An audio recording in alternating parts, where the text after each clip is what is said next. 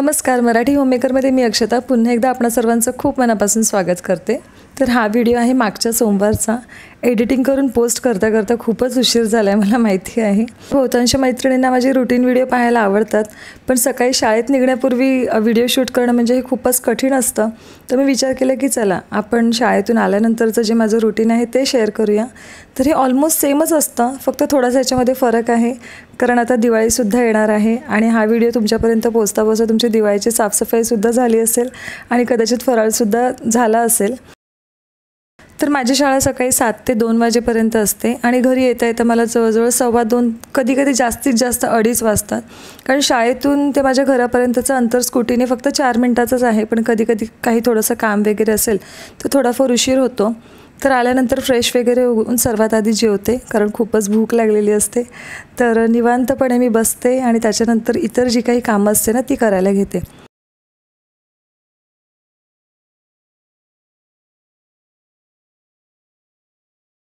आता मुलांची एक्झामसुद्धा सुरू आहे. रुद्र ट्युशनला जातो. अर्णवलासुद्धा मी आता ट्युशनला पाठवायला सुरुवात केलेली आहे. तुम्हाला प्रश्न पडला असेल की तू शिक्षिका असूनसुद्धा तुझ्या मुलांना ट्युशनला का पाठवते? तर या प्रश्नाचं उत्तर जर तुम्हाला हवं असेल तर मी माझ्या एखाद्या व्हिडिओमध्ये तुम्हाला नक्की देईल. कारण काही जण असतात नेगेटिव्ह कमेंट करणारेसुद्धा की म्हणजे तू शिक्षिका असण्याचा फायदा काय जर तुझी मुलं दुसरीकडे ट्युशनला वगैरे जात असतील तर. पण ठीक आहे, जर तसे जर काही प्रश्न आले तर त्याचं उत्तर देण्याचा नक्कीच मी प्रयत्न करेल. तर ट्युशनला पाठवण्यापूर्वी मी काय करते, त्याच्यासाठी पेपर काढून ठेवते आणि माझ्या अभ्यासासंबंधित व्हिडिओमध्ये मी खूप वेळा तुमच्यासोबत शेअर केलेलं आहे की मुलांच्या परीक्षेच्या वेळेस त्यांना ना असे प्रश्न पेपरवरती लिहून द्यायचे आणि त्यांना टाईम लिमिट देऊन ते पेपर पूर्ण करायला सांगायचं, जेणेकरून त्यांची रिव्हिजनसुद्धा होते आणि त्यांचा लिहिण्याचा स्पीडसुद्धा वाढतो. तर अशा प्रकारे त्यांच्या शाळेतून रिव्हिजन पेपर दिले जातात. आता याच्यामध्ये खूप सारे पिक्चर्स वगैरे आहेत, त्याच्यामुळे मी याचे झेरॉक्सच काढलेले आहेत. नाहीतर मी काय करते, मी स्वतः लिहिते एखाद्या फुलस्केप पेपरवरती आणि मग त्याचे सेट काढून ठेवते. म्हणजे प्रत्येक वेळेस ते लिहायला लागत नाही. फक्त गणिताचं जे असतं त्याचे नंबर्स वगैरे चेंज करून त्याचे वेगवेगळे असे मी पेपर काढते. मग हे पेपर मी ट्युशनमध्ये पाठवते, जेणेकरून ट्युशन टीचरलासुद्धा जास्त त्रास नाही. तिला फक्त करेक्शनच करायचं राहतं. मग आल्यानंतर त्याचे पेपर्स वगैरे जे काय असेल ते मी चेक करते.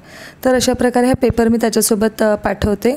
तेव्हा ना अर्णवची ट्युशन 4:30ला असते, पण आता परीक्षा सुरू आहे म्हणून त्याची ट्युशन दुपारी 3 वाजताच आहे. तर आल्यानंतर तो जेवतो आणि मग झोपतो, जेणेकरून त्याची झोप थोडीफार पूर्ण होते. कारण 1-2 दिवस पाहिलं तो जेव्हा डायरेक्ट ट्युशनला गेला तेव्हा त्याला तिकडे खूप झोप येत होती आणि त्याचा अभ्याससुद्धा नीट होत नव्हता. म्हणून मी राजनासुद्धा सांगून ठेवलं होतं की दुपारी तो आल्यानंतर त्याला जेवण करून त्याला झोपवा. तो आता झोपलेला आहे. तोपर्यंत इथे मी सोफ्यांचे कवर काढते आणि ते धुवायला टाकते. दसऱ्याच्या वेळेस सोफ्याचे कवर आणि पडदे धुवायला मिळालेच नाही, कारण पाऊस होता त्यावेळेस आणि ते सुकतील नाही सुकतील म्हणून विचार केला तर दिवाळीच्या साफसफाईच्या दरम्यानच आपण करूया. मग ते कवर्स मी भिजत घालते, जेणेकरून मशीनला लावता ते स्वच्छसुद्धा धुवून निघून होतील.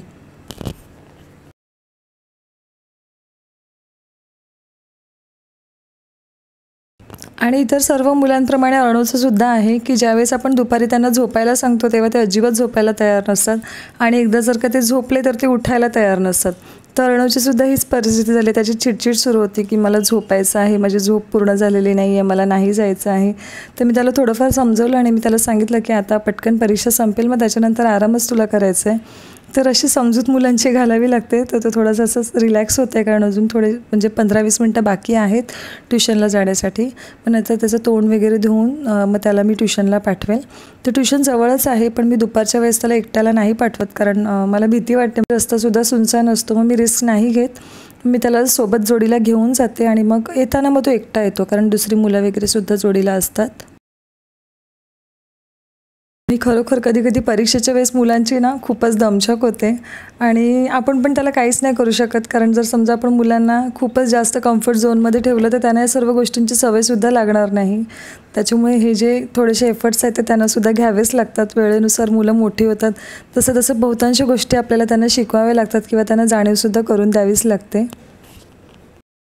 अर्णवला ट्युशनला सोडून आल्यानंतर सर्वात आधी मी आराम केला थोडासा, कारण सकाळी उठल्यापासून ते कंटिन्युअसली म्हणजे कामच असतं. स्कूलमध्ये सुद्धा उभं राहून शिकवायचं असतं. थोडाच वेळ असतो ज्याच्यामध्ये आपल्याला थोडंसं बसून काहीतरी काम करायला म्हणजे मिळतं.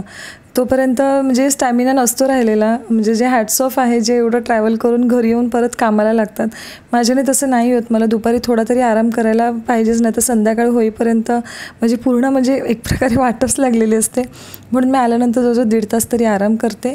मग आता जवळजवळ संध्याकाळचे 4:45 वाजलेले आहेत आणि मी पुन्हा कामाला सुरुवात केलेली आहे. आणि माझं टार्गेट होतं की 7 वाजेपर्यंत सगळी जी साफसफाई आहे ती झाली पाहिजे, म्हणजे दिवाबत्ती लागण्याच्या आधी. तर सगळं जे काही हॉलमध्ये सामान आहे आणि पसारा खूपच झालेला आहे. कारण मुलांची परीक्षा सुरू असली ना का आणि माझीसुद्धा काही कामं वगैरे असली का हे सगळं पसारा आवरायला वेळ नाही मिळत. आणि मुलं कसं ना इतर वेळेस आवरतात ते पसारा, पण परीक्षा असली का मी त्यांना फोर्स नाही करत. मग त्यांचं जेवढं जे काही अभ्यासाचं आहे ना तेवढं त्यांना बघायला सांगते. त्याच्यामुळे घराच्या इतर कानाकोपऱ्यामध्ये थोडाफार पसारा असतोच. आणि खरंच तर मला त्याच्याने फरकही नाही पडत, कारण घर आहे आणि ते नेहमीच नीट व क्लीन नाही राहते. मी मागच्या व्हिडिओमध्ये सुद्धा तुम्हाला सांगितलंच होतं. तर आता फक्त जे काही सामान आहे ना ते सगळं उचलून दुसऱ्या रूममध्ये नेऊन ठेवते, जेणेकरून त्याच्यावरती कचरा पडणार नाही आणि मग साफसफाई करायला थोडीशी सोपी पडेल. हॉलमधला हा जो टेबल आहे ना तो आमच्या घरातला एक ट्रॅफिक झोन आहे. म्हणजे ज्याला जे सामान भेटतं ते सगळं आणून इथे ठेवतो. जसं एखाद्याच्या घरामध्ये डायनिंग टेबल असेल तेव्हा कसं होतं ना तसं. तर हा सुद्धा मी मध्ये मध्ये आवरते, पण तो पसारा व्हायचा तो होतोच. तर खरं तर मला ना तिकडे छान अशी शिवाजी महाराजांची मूर्ती ठेवायची आहे आणि त्याच्याच वरच्या वॉलवरती सिल्वर प्ले बटन लावायचं आहे मला.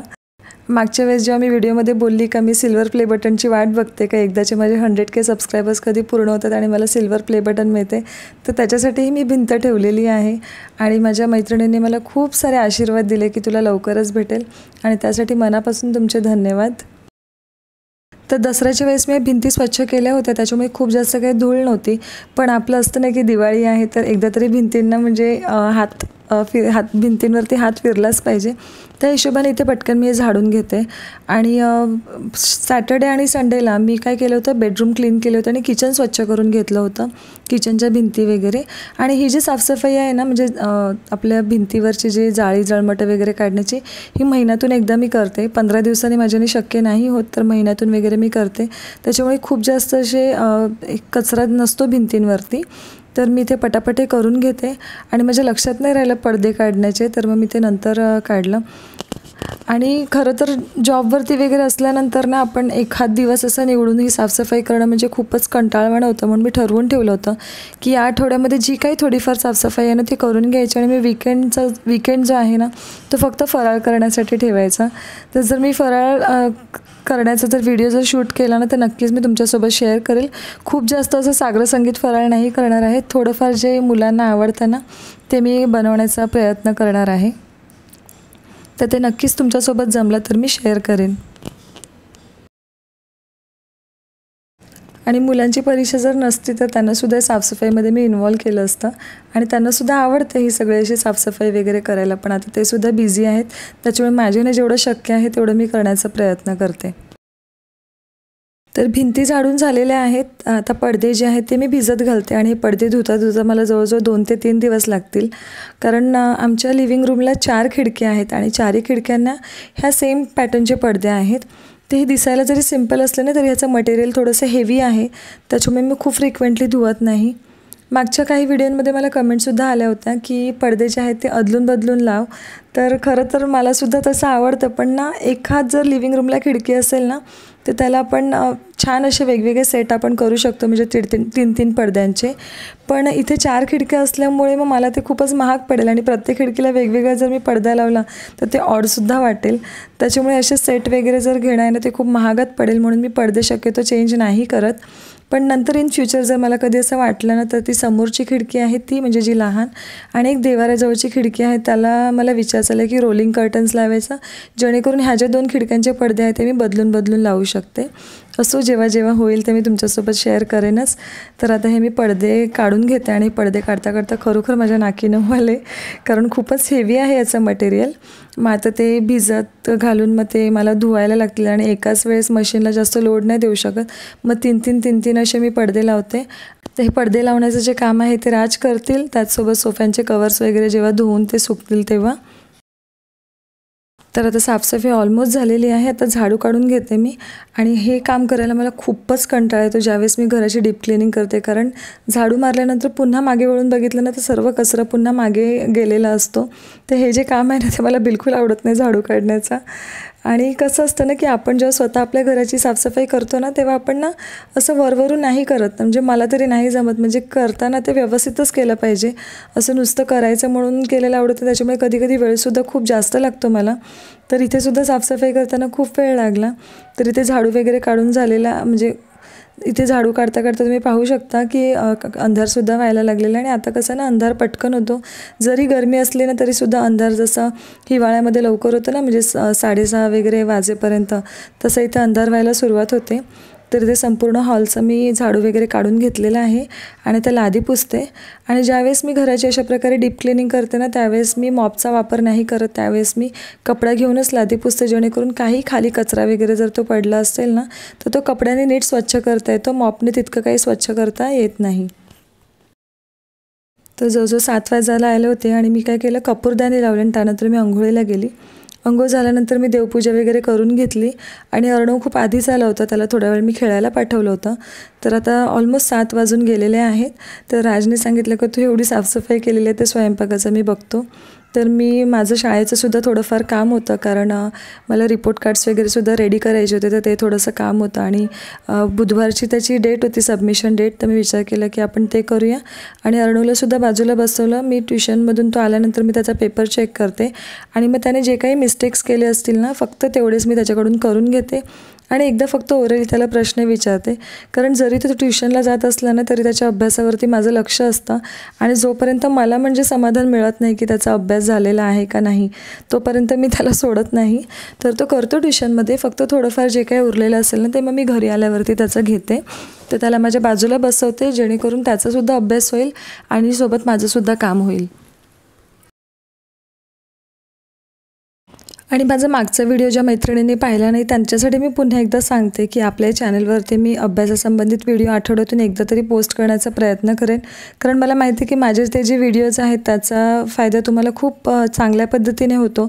आणि मला कमेंटसुद्धा येतात. आता ही जी परीक्षा जेव्हा मागची गेली ना तेव्हा मला एका ताईने छान अशी कमेंट केली होती की तू सांगितल्याप्रमाणे मी माझ्या मुलीचा अभ्यास घेतला, त्याच्यामुळे तिचे मार्क्स खूप छान आले आणि आता अभ्यास घ्यायलासुद्धा सोपं पडतं. तर मलासुद्धा असं वाटतं की ज्या माझ्या व्हिडिओचा जास्तीत जास्त फायदा तुम्हाला होतो ना ते व्हिडिओ मी पोस्ट करण्याचा प्रयत्न करेन. इझी पॅरेंटिंग विथ अक्षता या चॅनलवरती व्हिडिओ मी फ्रिक्वेंटली नाही टाकत, त्याच्यामुळे त्या चॅनलवरती इरेग्युलर असल्यामुळे सबस्क्रायबरसुद्धा कमी आहेत. आणि एखादा जर व्हिडिओ तिकडे टाकला तर तो खूप जास्त लोकांपर्यंत पोहोचतसुद्धा नाही. म्हणून मी अभ्यासासंबंधित जे काही व्हिडिओ असतील ना ते मी इथे टाकण्याचा प्रयत्न करेल, जेणेकरून जास्तीत जास्त जणांना त्याचा फायदा होईल. आणि आमचं जेवण वगैरे झालेलं आहे. अर्णवचा अभ्यास घेतल्यानंतर रुद्रसुद्धा क्लासवरून आला होता, तर मग जेवण वगैरे केलेलं आहे ना. ते रात्रीचं किचन क्लिनिंग आणि सिंकमध्ये सकाळपासूनची भांडी आहेत. इतर वेळेस अशी भांडी मी ठेवत नाही, ते मी घासून घेते. पण जेव्हा परीक्षा वगैरे असतात ना मुलांच्या त्यावेळेस मग मी भांडी वगैरे घासण्याचं खूप जास्त लोड नाही घेत, मग ते मी रात्रीच घासते.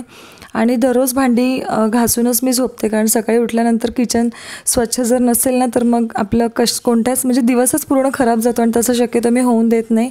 जर असं कधी वाटलंच की अंगात अजिबात त्राण नाही आहे काही करण्याचा, तर ॲटलिस्ट जे शेगडी असलेलं जे प्लॅटफॉर्म आहे ना ते तरी मी स्वच्छ पुसून घेते आणि भांड्यांमधलं खरकटं काढून भांडी स्वच्छ धुवून ते मी सिंकमध्ये ठेवते आणि मी सकाळी उठल्यानंतर मी घासते.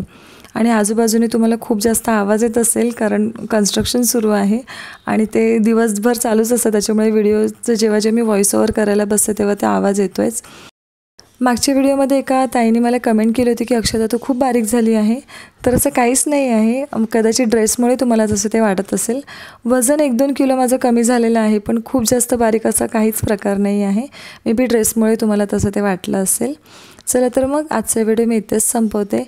आणि दिवाळीच्या फराळामध्ये तुम्ही काय काय बनवलेलं आहे किंवा तुम्हाला घरी फराळ बनवायला आवडतं की बाहेरून ऑर्डर करायला, ते मला नक्की कमेंट करून सांगा. आणि दिवाळीच्या तुम्हाला सर्वांना खूप खूप शुभेच्छा. आणि व्हिडिओ आत्तापर्यंत तुम्ही पाहिल्याबद्दल तुमचे मनापासून धन्यवाद. आणि व्हिडिओमध्ये काही आवडलं असेल तर प्लीज व्हिडिओला लाईक करा. चॅनलवरती नवीन असाल तर इतरही व्हिडिओज पहा, जर आवडले तर चॅनलला नक्की सबस्क्राईब करा. चला तर मग लवकरच भेटूया एका नवीन व्हिडिओमध्ये. तोपर्यंत आपली काळजी घ्या. बाय.